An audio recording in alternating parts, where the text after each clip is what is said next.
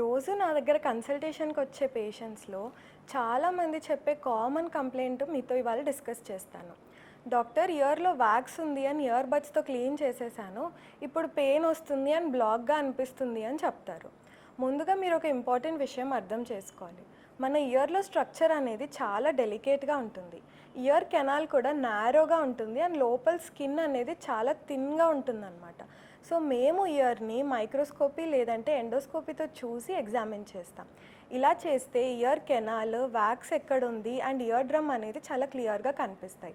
చాలామంది ear buds, pins లాంటి వాటితో క్లీన్ చేయడానికి ట్రై చేస్తారు. ఇలా చేస్తే వాక్స్ బయటికి రావడం కాకుండా ఇంకా లోపలికి పుష్ అయ్యే ఛాన్స్ ఉంటుంది. అండ్ ఇయర్ కెనాల్ స్క్రాచ్ అయ్యి చిన్న చిన్న ఇంజురీస్ కూడా అవ్వచ్చు. దానివల్ల ఇచ్చింగ్, పెయిన్ లేకపోతే ఇన్ఫెక్షన్ అనేవి డెవలప్ అయ్యే ఛాన్సెస్ ఉంటాయి. కొన్ని కేసెస్లో వాక్స్ ఇయర్ డ్రమ్ దగ్గర బ్లాక్ అయ్యి హియరింగ్ అనేది తగ్గుతుంది. సో ఇయర్లో వాక్స్ ఉండటం మన బాడీ చేసే న్యాచురల్ ప్రొటెక్షన్. దాన్ని మనం నార్మల్గా ఇయర్లో సెల్ఫ్ క్లెన్సింగ్ మెకానిజం అనేది ఒకటి ఉంటుంది. అది వాక్స్ని స్లోగా బయటికి తీసుకొస్తుంది.